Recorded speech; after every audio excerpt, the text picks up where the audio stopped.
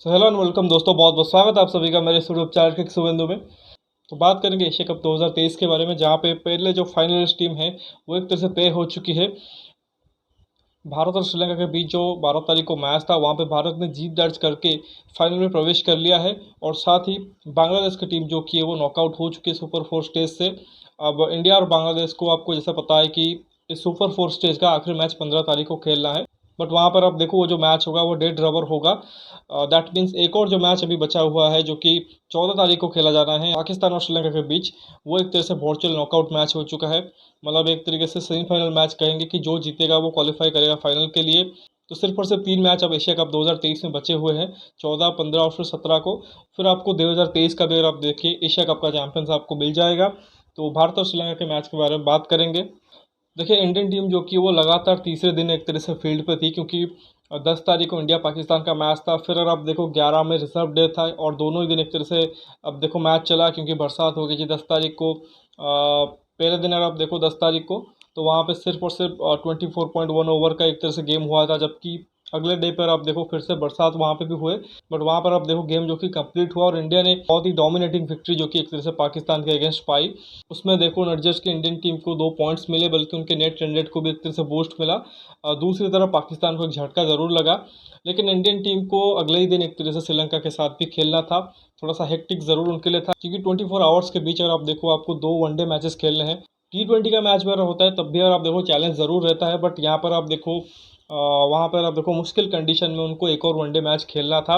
और उसमें देखो कि इंडियन टीम एक तरह से फंस भी गई थी, क्योंकि श्रीलंका अपने घर पे खासकर इन कंडीशन में जहाँ पे स्पिनर के लिए मदद होता है अंडर लाइट्स। अगर आप देखो बाद में सेकेंड इनिंग्स में बॉल हरकत भी करता है तेज गेंदबाजों का, specially with the spinner Sri Lankan team बहुत हैंडी हो जाती है।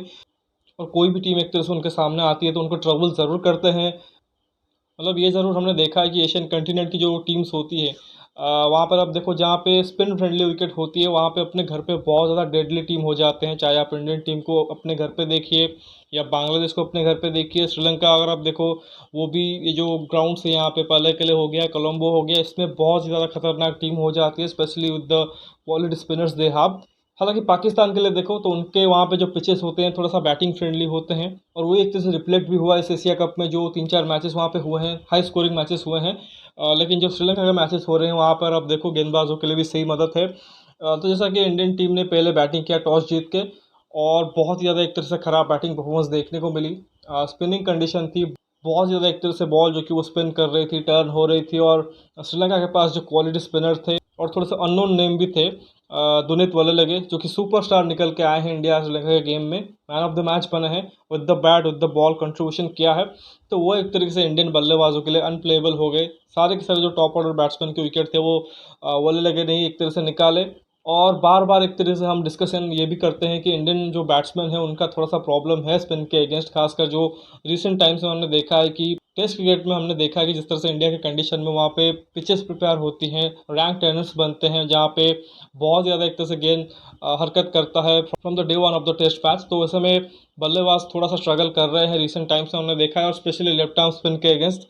तो वही देखने को मिला। हालांकि जिस तरह से स्टार्ट में था इंडियन बल्लेबाजों को, खासकर रोहित शर्मा को बढ़िया 50 भी उन्होंने किया था, उसको देखते हुए लग रहा था कि एक और हाई स्कोरिंग मैच हम देखेंगे अगेन, जो कि इंडियन टीम जो कि है वो 350 के आसपास का स्कोर ज़रूर बनाएगी। हालांकि इनिशियल स्टेज पर आप देखो थिक्शना बॉल डाल रहे थे जो कि उनके स्पिनर है। हालांकि थिक्शना का जो क्वालिटी है वो उतना टर्न कराते नहीं है बॉल को, बहुत ज़्यादा एक तरह से अपनी जो वेरिएशन है उस पर काम करते हैं और विकेट टू विकेट बॉल डालते हैं। टाइट लाइन और लेंथ से एक तरीके से वो परेशान करने की कोशिश करते हैं बल्लेबाजों को। बट द मोमेंट दुनित वल्ललगे जो कि वो एक तरह से अटैक में आया और जिस तरह से उन्होंने एक तरह से बॉल को एक तरह से स्लो डाला और टर्न होने का मौका दिया, और सरफेस से भी एक तरह से जो उनको मदद मिली, उसके चलते अगर आप देखो इंडियन बल्लेबाज एक तरह से फ्लॉप रहे। पहले ही बॉल जो उनका स्पेल था उसमें अगर आप देखो शुभमन गिल को उन्होंने बोल्ड किया, और वो बॉल भी एक तरह से बहुत ही हाई क्वालिटी बॉल थी। उसके बाद अगर आप देखो उन्होंने विराट को भी आउट किया, उनको परेशान करके रखा, और फिर एक शॉर्ट डिस्मिसल अगर आप कहोगे विराट ने हुए। रोहित के लिए अगर आप देखो जो बॉल उन्होंने फेंकी वो थोड़ी सी नीची रह गई, जहाँ पे उनके स्टंप पे लग गई। 80 रन के अगर आप देखो ओपनिंग जो पार्टनरशिप वो हो गई थी, और बहुत अच्छे रन रेट के साथ इंडियन टीम जो कि वो आगे बढ़ रही थी। बट द मोमेंट दुनित वल्ललगे एक तरह से इंट्रोड्यूस हुए बॉलिंग में, उसके बाद उन्होंने एक तरह से बैटिंग लाइनअप को एक तरह से खोल के रख दिया। जैसा कि बोल रहा था कि रोहित शर्मा ने बहुत अच्छी 50 मारी थी, 53 रन फ्रॉम 48 बॉल। इसके अलावा अगर आप देखो शुभमन गिल 19 रन पे आउट हुए, विराट कोहली ने सिर्फ और सिर्फ 3 रन बनाया है। फिर मिडिल ऑर्डर में अगर आप देखो तो नंबर 4 पे इस बार ईशान किशन आए, क्योंकि पहले मैच में हमने देखा था जो पाकिस्तान के खिलाफ हुआ था, वहाँ पे श्रेयस अय्यर आए थे जो कि उनका नॉर्मल पोजीशन है। ईशान 5 पे खेले थे। अगले मैच में अगर आप देखो दोनों की बैटिंग ही नहीं आई। फिर जो 10 तारीख और 11 तारीख वाला एक तरह से 2 दिन पे मैच चला पाकिस्तान के अगेंस्ट, वहाँ पे केएल राहुल नंबर 4 पे आए थे। अगेन वहाँ पर आप देखो ईशान किशन की बैटिंग नहीं आई थी। बट इस मैच में आप देखो क्योंकि वहाँ पे 2 जल्दी से विकेट गिर गए थे, प्लस लेफ्ट आर्म स्पिन जो दुनित वाले लगे वो एक तरह से ट्रबल कर रहे थे, तो उस समय टीम मैनेजमेंट ने यही सोचा कि ईशान किशन जो कि एक लेफ्टी बैट्समैन है उनको भेजना सही होगा, तो वो आए। लेकिन जैसा कि कहा कि फिर केएल राहुल को नंबर 5 पे आना पड़ा, क्योंकि रोहित शर्मा भी उसके बाद आउट हुए। तो दोनों के बीच पार्टनरशिप हुई, लेकिन धीमी पार्टनरशिप हुई, क्योंकि ईशान किशन बहुत ज़्यादा स्लो खेल रहे थे। और जो प्रॉब्लम उनके साथ हमने डिस्कशन पिछले एक तरह से वीडियोस में भी किया है कि मिडिल ओवर्स में थोड़ा सा वो फंस जाते हैं, खासकर जहाँ पे स्पिन एक तरह से अच्छी खासी उनको मिल जाती है या थोड़ी सी स्पिनिंग कंडीशन होती है, वहाँ पे अगर आप देखो ट्रबल करते हैं उनको एक तरह से गेंदबाज। फिर जो स्ट्राइक रोटेशन होती है उनसे हो नहीं पाती, और वही एक तरह से देखने को मिला। बहुत ही ज़्यादा एक तरह से स्ट्रगल करते रहे। 33 किए हैं, लेकिन 61 बॉलों में, मतलब कि एक टेस्ट इनिंग्स टाइप की थी। ठीक है, एक तरह से स्ट्रगल कर रहे थे, लेकिन गलत वक्त पे आउट हुए। और थोड़ा सा बेहतर होता कि अगर इसी को कंटिन्यू करते और 60-70 की एक अच्छी पारी खेल के जाते। केएल राहुल और आप देखो उन्होंने 39 किए फ्रॉम 44 बॉल, पर आप द बेस्ट बैटर आप इस मैच में कहोगे। हालांकि रोहित शर्मा ने 50 ज़रूर मारा है, बट वहाँ पर आप देखो ज़्यादातर जो उनके रन्स आए थे वो तेज़ गेंदबाज के अगेंस्ट आए थे। बट जिस तरह से केएल राहुल ने स्पिन को काउंटर किया, मतलब कि जिस तरह से उन्होंने एक तरह से टैकल किया स्पिन को, वो बहुत ही अच्छा था। चाहे उस फेज में आप देखो थिक्शाना हो, वलेलेगे हो, फिर जो उनके पार्ट टाइमर्स भी हैं धनंजय डिसिल्वा हो, इवन चरित असलंका, ये सब भी बॉल डाल रहे थे। बट सभी को उन्होंने बहुत अच्छे तरीके से खेला। लेकिन वहीं पे देखो वलेलेगे ने उनको भी फंसा दिया, उनको कॉटन बोल्ड कराया। तो ये जो 2 विकेट गिरी ईशान किशन और केएल राहुल की, इसने एक तरीके से जो लग रहा था कि एक वक्त पे 260-70 तक पहुंच जाएंगे, एक फाइटिंग टोटल क्या एक मैच विनिंग टोटल हो सकता है इस पिच के ऊपर, वहाँ पे एक तरह से पहुंचने की उम्मीद कम हो गई।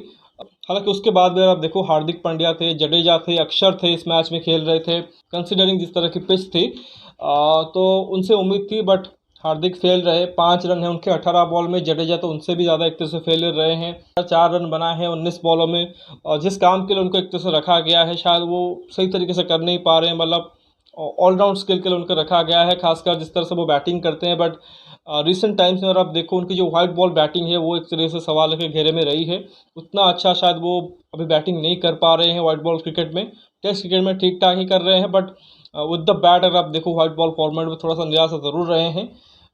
अक्षर पटेल बैटिंग करने आए, लेकिन अगेन अगर आप देखो उनके साथ हमेशा से यही होता है कि जब भी खेलते हैं, मतलब एक तो रेगुलरली खेलते नहीं है, बीच बीच में कई एक आधा मैच मिल जाता है, और जब भी खेलते हैं और उनकी जो बैटिंग आती है वो टेल के साथ आ जाती है। मतलब जब तक वो बैटिंग करने आते हैं तब तक पूरी की पूरी बैटिंग निकल गई होती है, उनको नंबर 9, 10, 11 इसके साथ ही खेलना पड़ता है।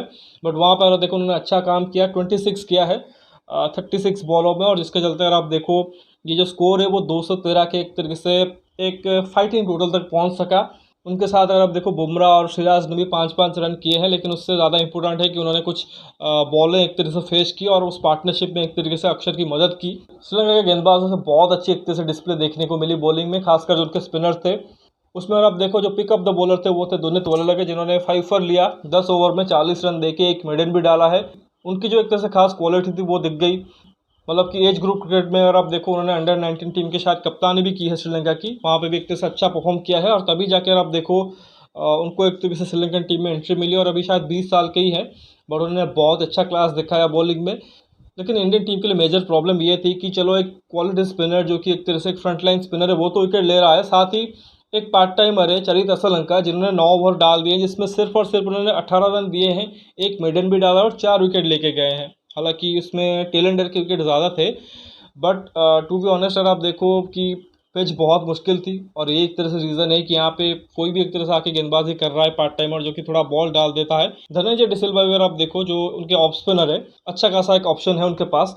वो विकेटलेस ज़रूर रहे, बट उन्होंने भी अगर आप देखो टाइट स्पेल डाला है, 10 ओवर में 28 रन ही दिए हैं।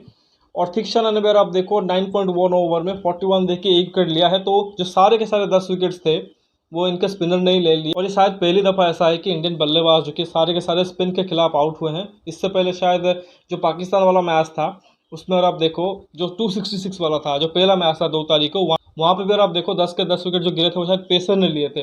तो आई थिंक इंडियन टीम जो कि थोड़ा सा यूनिक रिकॉर्ड यहाँ पे बना रही है। फिर 213 रन बन गया, और कंसिडरिंग कि जिस तरह से पिच बिहेव कर रही थी और इंडियन टीम के पास जो बॉलिंग लाइनअप थी, मतलब 3 out and out quality pacer है। अगर आप हार्दिक को भी इसमें अगर आप देखो इंक्लूड कर दो, क्योंकि हार्दिक भी अगर आप देखो अभी बॉल के साथ बहुत यूटिलिटी दे रहे हैं। उसके बाद अगर आप देखो अक्षर पटेल को ऐड किया था शार्दुल के जगह पे, और जड्डू और कुलदीप तो ऑलरेडी थे। तो जिस तरह से स्पिन हो रही थी बॉल, उसको देखते हुए लगा कि हमारे पास जो 3 क्वालिटी स्पिनर है वो एक तरीके से इस मैच को एक तरह से बना लेंगे। लेकिन उससे भी ज़्यादा एक तरह से उम्मीद थी हमें कि इंडियन जो तेज़ गेंदबाज है वो नई बॉल के साथ अंडर लाइट ज़रूर कहीं ना कहीं एक तरह से मैजिक करेंगे, और वही काम किया जसप्रीत बुमराह ने। बहुत ही अच्छे उन्होंने स्टार्ट किया, और आप देखो पहले प्रथम निशंका को आउट किया, फिर कुशल मेंडिस को भी आउट किया, और वहीं पर आप देखो एक तरह से इंडिया को बहुत एक अच्छा शुरुआत मिल गया, और जिससे कि एक तरह से वो प्रेशर बिल्ड कर सकते थे। हालांकि अगर श्रीलंकन बैटिंग देखो तो थोड़ा सा मतलब उतार चढ़ाव वाला रहा, क्योंकि वहाँ पर अब देखो पार्टनरशिप भी हुई, विकेट भी गिरे, लेकिन अंत में जाकर आप देखो 41 रन से वो मैच हारे, 172 पे ऑल आउट हो गए हैं। और अभी भी अगर आप देखो करीब करीब 8 ओवर बाकी थे, तो देखिए जैसा ये बोला था प्रथम निशंक का 6 रन है 7 बॉलों में। इसके अलावा दिमुथ करुण अपने 18 बॉल में 2 रन है, टेस्ट स्पेशलिस्ट है उनके, और टेस्ट पारी खेल के ही गए हैं। कुशल मेंडिस ने 15 रन किए हैं 16 बॉलों में। तो यहाँ तक अगर आप देखो जो उनके टॉप 3 बैट्समैन थे वो एक तरह से फेल रहे, और वहाँ पर आप देखो कि सिर्फ और सिर्फ 25 के स्कोर पर ये तीसरा विकेट गिरा था, जहाँ पे बुमराह और सिराज ने बहुत अच्छा स्पेल डाला था। और यहाँ से देख के लगा कि अब इंडियन टीम जो कि पकड़ मजबूत कर रही है, और यहाँ से श्रीलंकन टीम का जीतना बहुत मुश्किल होगा। बट वहीं पर आप देखो कि श्रीलंकन टीम में जो एक तरह से एक्सपीरियंस बैट्समैन है, जिनके पास एक तरह से क्वालिटी है स्पिन को खेलने की, उन्होंने अपना क्लास दिखाया, चाहे वो चरित असलंका हो या फिर आप देखो सदीरा समर विक्रमा। हालांकि सदीरा ने सिर्फ 17 किए हैं और असलंका ने भी 22, बट लेकिन एक छोटी और अच्छी पार्टनरशिप उन दोनों के बीच हुई, और वहाँ से अगर आप देखो गेम जो कि हल्का सा ड्रिफ्ट हो रहा था श्रीलंका की तरह, बट वहीं पे देखो कुलदीप की मैजिक चली, उन दोनों को एक तरह से आउट किया। फिर रविंद्र जडेजा ने आके जो उनके कप्तान ने दशुन शना का, उनको स्लिप में आउट किया। लेकिन उसके बाद अगर आप देखो एक बहुत अच्छी पार्टनरशिप देखने को मिली, उनके जो एक्सपीरियंस बैटर है धनंजय डिसिल्वा, और इस मैच में जो सबसे बड़ा एक तरह से खतरा था टीम इंडिया के लिए दुनित वल्लगे, जिन्होंने बॉल से भी बहुत अच्छा किया था, पर उनकी ऑलराउंड स्किल भी है, वो बैटिंग भी बहुत अच्छा करते हैं, और उसी के साथ अगर आप देखो उन्होंने वो चीज़ भी दिखाई। तो एक बहुत अच्छी पार्टनरशिप दोनों ही बल्लेबाजों के बीच देखने को मिली। एक वक्त पर आप देखो 99 पे 6 हो गए थे जब दशुन शना का आउट हुए थे, लेकिन उसके बाद अगर आप देखो 63 रन की पार्टनरशिप हुई धनंजय डिसिल्वा और दुनित वल्लगे के बीच। वो एक पार्टनरशिप ऐसी थी कि जिसने एक तरह से कम्प्लीटली एक तरह से मैच जो कि वो इंडिया की तरफ से हटा के श्रीलंका की तरफ डाल दिया था। और अगर वो अंत तक खेल जाते, यहाँ पर अब देखो ट्रबल तो इंडियन गेंदबाज जरूर उनको कर रहे थे, बट विकेट नहीं ले पा रहे थे। लेकिन फिर देखो धनंजय डिसिल्वा में एक तरह से एक लैक ऑफ कॉन्सेंट्रेशन दिखता है।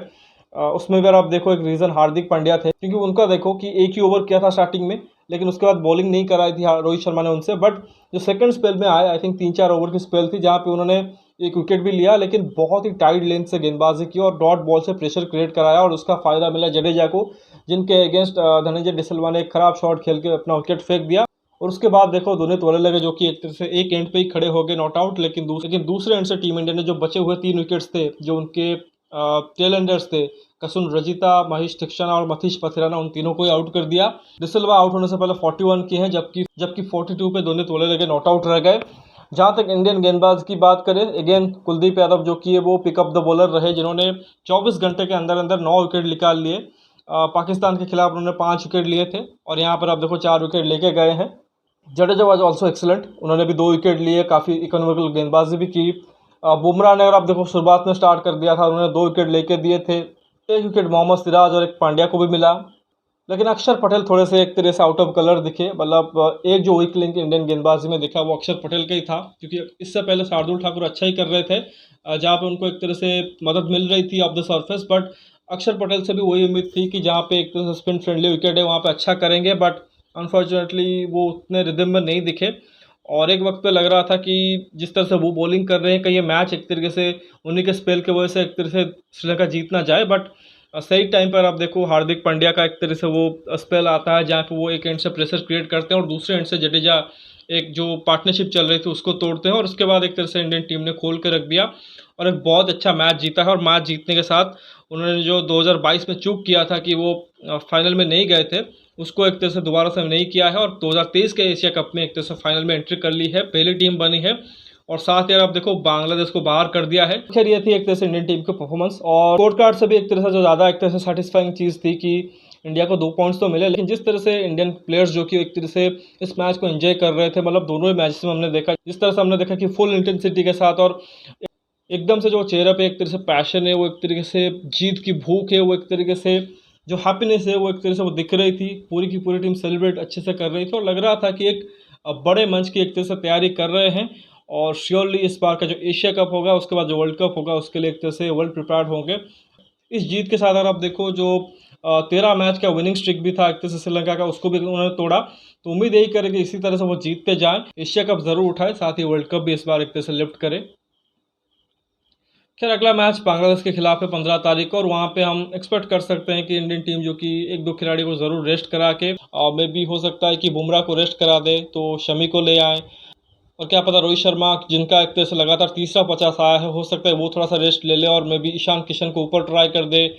श्रेयस अगर फिट होंगे तो उनको मिडिल ऑर्डर में ऐड कर दे, या फिर सूर्य को एक तरह से एक मौका दे दे, तो ये कुछ चीज़ें कर सकते हैं। But as I said before कि वो मैच एक तरह से डेड रवर है, लेकिन जो 14 तारीख वाला मैच, यानी कि जो कल का मैच होगा, वो एक तरह से काफ़ी इंपॉर्टेंट है, क्योंकि वो एक तरह से डिसाइड करेगा कि इंडिया को फाइनल में जो 17 तारीख को होना है, वहाँ पे कौन सी टीम खेलेगी। आइदर वो पाकिस्तान होगी या फिर श्रीलंका होगी। एक क्लासिक एनकाउंटर के लिए, एक हाई वोल्टेज मैच के लिए तो जनरली आप चाहोगे इंडिया पाकिस्तान फाइनल हो, बट श्रीलंकन टीम ने ज़्यादा बेहतर क्रिकेट खेला है इस एशिया कप में, और वो ज़्यादा एक तरह से कॉम्पैक्ट टीम दिखी है, जिस तरह से उन्होंने ऑलराउंड एक तरह से स्किल दिखाई है। मतलब आप 24 आवर्स के अंदर अंदर वो डिफरेंस साफ देख सकते हो कि किस तरह से पाकिस्तान ने फाइट किया इंडिया के अगेंस्ट और किस तरह से श्रीलंका ने फाइट किया है। बस यही एक तरह से कहेंगे, मैं द बेस्ट टीम विन, जो डिजर्विंग टीम है वो एक तरह से प्रवेश करे, और वो डिजर्विंग टीम कौन होगा, जो एक तरह से कल एक तरह से बेहतर क्रिकेट खेलेगा। तो लेट्स सी कि इंडिया के अगेंस्ट कौन सा टीम फाइनल में जाती है। मेरी जो पर्सनल चॉइस होगी, मैं चाहूँगा कि इंडिया पाकिस्तान फाइनल हो, क्योंकि और आई गेस आप लोगों का एक तरह से मानना होगा, क्योंकि वो एक ऐसा गेम है, हाई इंटेंसिटी गेम है, और वर्ल्ड कप से पहले एक तरह से इतने बड़े मैच में अगर हम उनको हरा के जाते हैं, एक कन्विंसिंग जीत दर्ज करते हैं, तो फिर वो एक तरह से कॉन्फिडेंस देगा हमें going forward to world cup. तो लेट्स सी व्हाट हैपेंस। तो फिलहाल इस वीडियो में बस इतना ही, बहुत लंबा हो चुका है वीडियो, बट आशा करता हूँ कि वीडियो आपको ज़रूर पसंद आएगा। वीडियो को लाइक करिए, साथ ही चैनल को सब्सक्राइब करना भाई मत भूलिए, दोस्तों के साथ शेयर भी कर दीजिए, और साथ ही ये भी बताइए कि क्या इंडियन टीम जो कि पिछली बार की एक तरह से एशिया कप में फाइनल में प्रवेश नहीं कर पाए थे, इस बार क्या वो ट्रॉफी उठा सकते हैं कि नहीं, और ये भी बताइए कि उनके सामने कौन सी टीम जो कि वो फाइनल में आएगी। बाकी नोटिफिकेशन की घंटी दबा लीजिए, ताकि हर एक वीडियो की अपडेट आपको टाइम पे मिलती रहे जब भी एक तरह से मैं पोस्ट करूँ। मिलते हैं अगले वीडियो में, तब तक धन्यवाद, जय हिंद।